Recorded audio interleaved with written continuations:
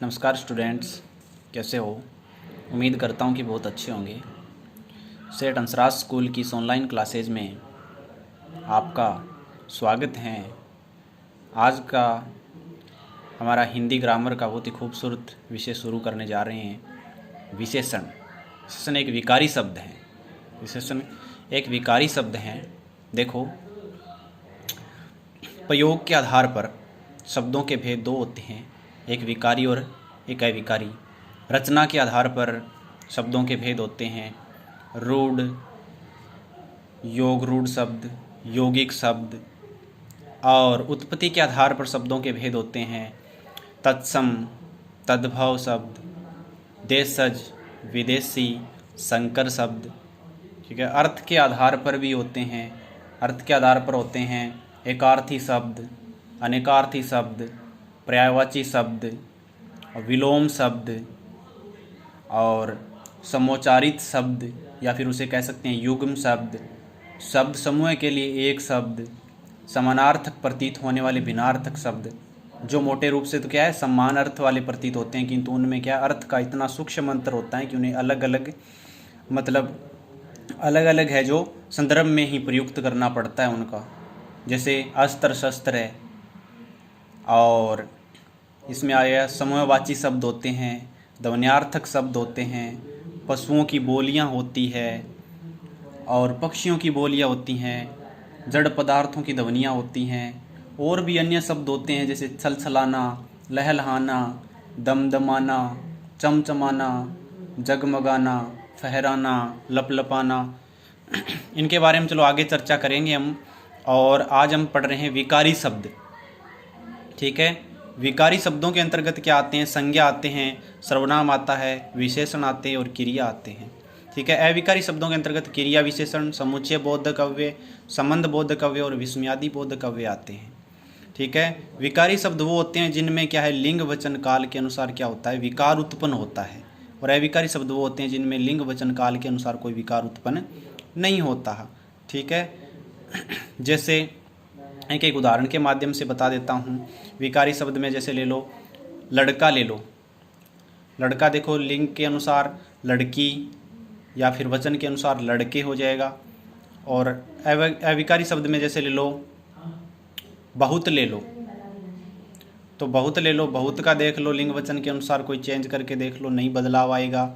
नहीं तो बहुत का बहुतों, या फिर बहुती, बहुते, कुछ नहीं होगा। ठीक है। तो आज हम विकारी शब्द पढ़ेंगे। विकारी शब्द में विशेषण। तो देखो, विशेषण का शाब्दिक अर्थ क्या होता है? विशेषता बताना। क्या होता है?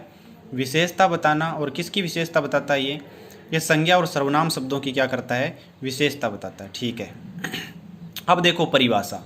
वह विकारी शब्द जो संज्ञा या सर्वनाम शब्दों की विशेषता बताता है वह विशेषण कहलाता है। ठीक है।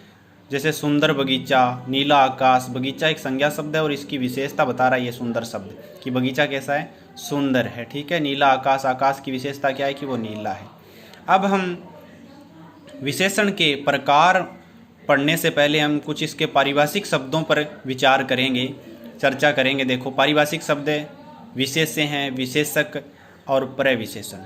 ठीक है। अब मैं आपको इनको समझाने के लिए थोड़ा सा गहराई तक लेके जाता हूँ। हिंदी की दो विधा होती है, गद्य विधा होती है, एक पद्य विधा होती है। ठीक है। गद्य विधा के अंदर क्या होता है, वाक्यों या शब्दों की जो सुंदरता प्रकट करने के लिए विशेषण का प्रयोग किया जाता है। और ठीक उसी प्रकार पद्य विधा होती है, उसमें वाक्यों में जो सुंदरता प्रकट करने के लिए अलंकारों का प्रयोग किया जाता है। ठीक है। उन्हीं अलंकारों में से एक अलंकार है उपमा अलंकार। ठीक है। उपमा अलंकार है। उपमा अलंकार के कुछ उपभेद हैं, जैसे उपमेय है, उपमान है, वाचक शब्द होता है, साधारण धर्म होता है। लेकिन अपने उपमेय और उपमान को इस विशेष्य और विशेषक से जोड़ करके समझने की कोशिश करेंगे। ज़रा समझने की कोशिश करना। देखो, मुख चंद्र सा खिल गया, इस उदाहरण के माध्यम से समझना। मुख चंद्र सा खिल गया। देखो, उपमा अलंकार होता है, उसमें क्या होता है, तुलना की जाती है। मुख चंद्र सा खिल गया, तो इस मुख की उपमा किससे की जा रही है, तुलना किससे की जा रही है इस मुख की? इस मुख की तुलना है जो इस चंद्रमा से की जा रही है कि मुख है जो चंद्रमा के समान खिल गया।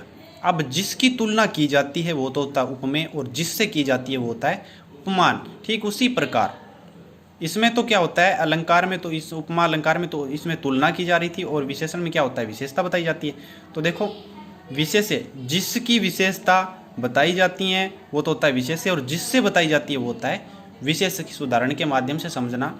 सुंदर बगीचा, बगीचे की विशेषता क्या है कि वो सुंदर है। क्या है इसकी विशेषता कि वो सुंदर है। बगीचा एक संज्ञा शब्द है, ठीक है, और इसकी विशेषता बता रहा है सुंदर शब्द। देखो अब इसमें बगीचे की विशेषता कौन बता रहा है, सुंदर, ठीक है। जिसकी विशेषता बता रहा है, जिसकी विशेषता बता रहा है वो तो विशेष्य, और जिससे बताई जा रही है विशेषता वो होता है विशेषक, ठीक है। अब देखो एक बात और बताता हूँ, विशेष्य है वो संज्ञा और सर्वनाम शब्द होते हैं। विशेष्य क्या होते हैं, संज्ञा और सर्वनाम शब्द होते हैं, और विशेषक होता है वो ही विशेषण होता है। विशेषक होता है वही विशेषण होता है, विशेषक को विशेषण कहा जाता है, ठीक है। और प्रविशेषण जो इस विशेषण या इस विशेषक की जो विशेषता बताते हैं उसे प्रविशेषण कहते हैं। जैसे इस उदाहरण के माध्यम से समझो, बहुत सुंदर बगीचा। बगीचा क्या है, विशेष्य है, और इसकी विशेषता कौन बता रहा है, ये सुंदर शब्द, तो ये विशेषक है और इसे विशेषण भी कह सकते हैं। और इस विशेषक या इस विशेषण की विशेषता बता रहा है ये बहुत, ठीक है। इस विशेषण की ये विशेषता बता रहा है बहुत शब्द की। बगीचा सुंदर तो है लेकिन कितना सुंदर है, बहुत सुंदर है, ठीक है, तो ये प्रविशेषण हो गया। चलो अब इसकी परिभाषा देखो, विशेष्य की परिभाषा, जिस शब्द की विशेषता बताई जाती है उसे विशेष्य कहते हैं। जिस शब्द की विशेषता बताई जाती है उसे क्या कहते हैं, विशेष्य कहते हैं। और विशेषक जिस शब्द से विशेषता बताई जाती है उसे क्या कहते हैं, विशेषक कहते हैं। प्रविशेषण देखो, वह शब्द जो विशेषण की विशेषता बताता है उसे प्रविशेषण कहते हैं। अब हम पढ़ेंगे विशेषण के प्रकार। विशेषण के मुख्यतः 5 प्रकार होते हैं। ठीक, कई बुकों में 4 भी लिखे होते हैं लेकिन 4 है वो गलत हैं, इसके 5 ही प्रकार होते हैं। पहला है गुणवाचक विशेषण। देखो वाचक शब्द का अर्थ होता है बताने वाला। वे शब्द जो किसी संज्ञा या सर्वनाम के गुण, दोष, रूप, रंग, आकार, दशा, स्वभाव आदि का बोध कराते हैं वो गुणवाचक विशेषण कहलाते हैं, ठीक है। देखो उदाहरण, ईमानदार बालक। बालक की विशेषता क्या है कि वो ईमानदार है, और ईमानदारी क्या है, उसका गुण है, ठीक है। बेईमान व्यक्ति, व्यक्ति क्या विशेषता है कि वो बेईमान है, ये उसका दोष है, ठीक है। बूढ़ा व्यक्ति, ठीक है, इस व्यक्ति क्या विशेषता है, वो बूढ़ा है, ये इसकी अवस्था बता रहा है। काला कागज, कागज कैसा है, काला है, इसका रंग बता रहा है। सुंदर दृश्य, इस दृश्य की क्या बता रहा है, ये रूप बता रहा है कि वो सुंदर है। और मोटी पुस्तक, ये पुस्तक का आकार बता रहा है कि पुस्तक कैसी है, मोटी है। गर्म पानी, ये पानी का क्या बता रहा है, दशा बता रहा है कि पानी कैसा है, गर्म है। अब नेक्स्ट देखो संख्यावाचक विशेषण। वे विशेषण जो किसी संज्ञा या सर्वनाम की निश्चित या अनिश्चित संख्या, क्रम या गणना का बोध कराते हैं उन्हें संख्यावाचक विशेषण कहते हैं। देखो ये भी 2 प्रकार के होते हैं, निश्चित संख्यावाचक विशेषण और अनिश्चित संख्यावाचक विशेषण। देखो निश्चित संख्यावाचक विशेषण, इसके कुछ उपभेद होते हैं। गणना, ये संख्या गणना के माध्यम से भी होती है, क्रम के माध्यम से होती है, और आवर्ती के माध्यम से, और एक समुदाय के माध्यम से होती है। पहला देखो गणनावाचक। गणनावाचक में कैसे होते हैं गणना, 1 2 3 4 5 6 से गणना की जाती है। क्रमवाचक में पहला, दूसरा, तीसरा, चौथा, पांचवा ऐसे। और ये आवर्तीवाचक, आवर्तीवाचक में कैसे आवर्ती होती रहती है, 2 गुना, 3 गुना, 4 गुना, 5 गुना, ठीक है, 6 गुना, तो ये आवर्ती होती है। समुदायवाचक में क्या होता है, समुदायवाचक में दोनों, तीनों, चारों, पाँचों, ठीक है, ऐसे समुदायवाचक में। अब देखो वो तो था निश्चित संख्यावाचक, ये है अनिश्चित संख्यावाचक। अनिश्चित संख्यावाचक में क्या है, कई, कुछ, सब, बहुत, थोड़े, इसमें कोई भी निश्चित संख्या नहीं होती, ठीक है, निश्चित संख्या नहीं होती। अगला है परिमाणवाचक विशेषण। देखो परिमाण का अर्थ होता है नाप तोल, ठीक है। इसमें वे विशेषण जो किसी पदार्थ की निश्चित या अनिश्चित मात्रा, परिमाण, नाप या तोल आदि का बोध कराते हैं उन्हें परिमाणवाचक विशेषण कहते हैं, ठीक है। अब ये भी क्या होते हैं, 2 प्रकार होते हैं इसके भी, एक तो निश्चित होता है और एक अनिश्चित होता है, ठीक है। तो निश्चित का देखो, निश्चित परिमाणवाचक, इसमें 2 मीटर, 5 किलो, 7 लीटर, ये परिमाण जो नापतोल होता है ये मीटर, लीटर और किलोग्राम में होता है। ठीक है, तो ये निश्चित है, निश्चित मात्रा बता रहा है कि 2 मीटर है, 5 किलो है, 7 लीटर है, निश्चित मात्रा बता रहा है। इसमें अनिश्चित परिमाणवाचक, देखो इसमें अनिश्चित है। ठीक है, कोई मात्रा निश्चित नहीं है, थोड़ा, बहुत, कम, ज़्यादा, अधिक, जरा सा, कोई निश्चित नहीं है। अगला देखो, संकेतवाचक विशेषण। वे सर्वनाम शब्द जो विशेषण के रूप में किसी संज्ञा या सर्वनाम की विशेषता बताते हैं उन्हें संकेतवाचक या सार्वनामिक विशेषण भी कहते हैं। देखो इस संकेतवाचक को सार्वनामिक विशेषण भी कहते हैं। कैसे कहते हैं वो भी मैं इधर बताता हूँ। उदाहरण में देखो, इस गेंद को मत फेंको। देखो यहाँ गेंद क्या है, एक संज्ञा शब्द है और इसकी विशेषता कौन बता रहा है, ये सर्वनाम शब्द है जो इसकी विशेषता बता रहा है। और देखो संकेतवाचक कैसे हुआ, यहाँ विशेषता बता रहा है इसलिए विशेषण तो हो ही गया। संकेतवाचक कैसे हुआ कि इस मतलब गेंद की तरफ इशारा हो रहा है, संकेत हो रहा है, इसलिए संकेतवाचक विशेषण हो गया। ठीक है, अब देखो उस पुस्तक को पढ़ो। देखो पुस्तक की विशेषता बता रहा है ये उस शब्द, सर्वनाम शब्द है। ठीक है, विशेषता बता रहा है इसलिए विशेषण हो गया, और ये सर्वनाम शब्द है इसलिए सार्वनामिक विशेषण हो गया। ठीक है, वह कौन गा रही है उसी प्रकार ये हो गया।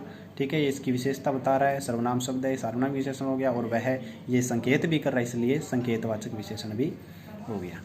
अगला देखो, व्यक्तिवाचक विशेषण। वे शब्द जो मूल रूप से तो व्यक्तिवाचक संज्ञा हैं किंतु वाक्य में विशेषण का कार्य करते हैं उन्हें व्यक्तिवाचक विशेषण कहते हैं। देखो मूल रूप से तो व्यक्तिवाचक संज्ञा है लेकिन वाक्य के अंदर क्या है, विशेषण का कार्य करते हैं, इसलिए उन्हें व्यक्तिवाचक विशेषण कहते हैं। जैसे जोधपुरी जूती।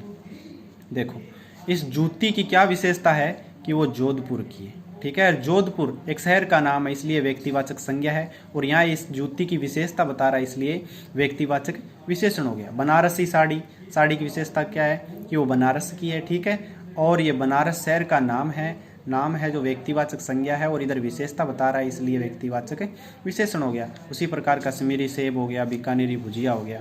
ठीक है, तो उम्मीद करता हूँ कि आपको ये टॉपिक समझ में आ गया होगा। तब तक आप घर में रहें, सुरक्षित रहें, और मिलते हैं अगले वीडियो के साथ।